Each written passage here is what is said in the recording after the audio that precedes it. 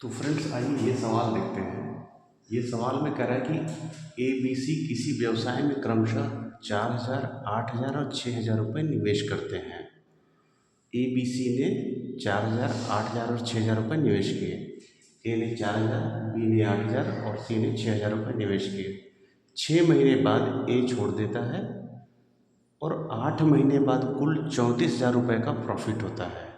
तो बोल रहा है बी का हिस्सा क्या है उस प्रॉफिट में। ठीक है, तो हमारा कॉन्सेप्ट वही है, profit equal to capital into time. हम इसी का यूज करेंगे, profit equal to capital into time, या पूंजी बराबर लाभ, अरे लाभ बराबर पूंजी गुणा समय।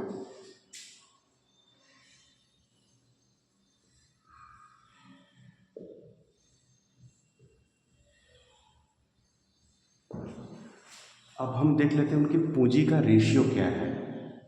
ए की पूंजी है 4,000, बी की पूंजी है 8,000 और सी की है 6,000। 4,000, 8,000 और 6,000 इनको जब काट के इनका रेशियो निकालेंगे तो आ गया 2:4:3। रेशियो क्या होता है, सब कुछ काटना ही तो है उसमें। तो पूंजी का रेशियो आ गया इन तीनों की 2:4:3, या 2:4:3। अब हम इनके समय का भी रेशियो निकालेंगे।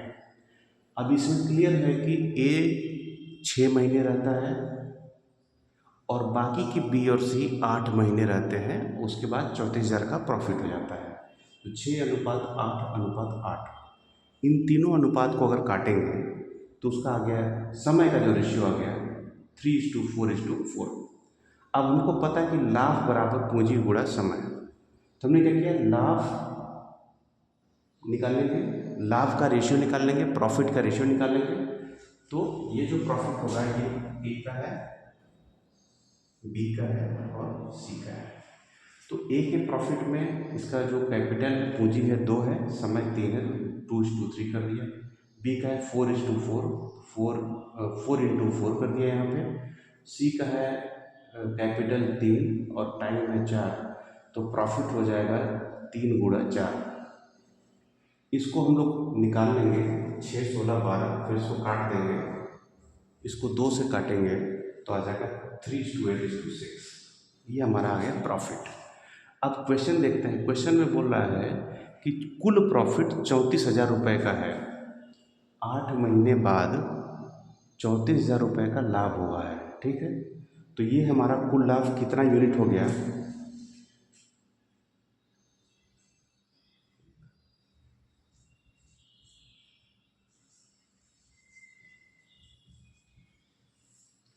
यहाँ पे देखें तो कुल 17 यूनिट का लाभ हुआ है, 17 यूनिट का लाभ हुआ है। अब इससे ये क्लियर होगा कि ये 17 यूनिट 34,000 रुपये के बराबर है।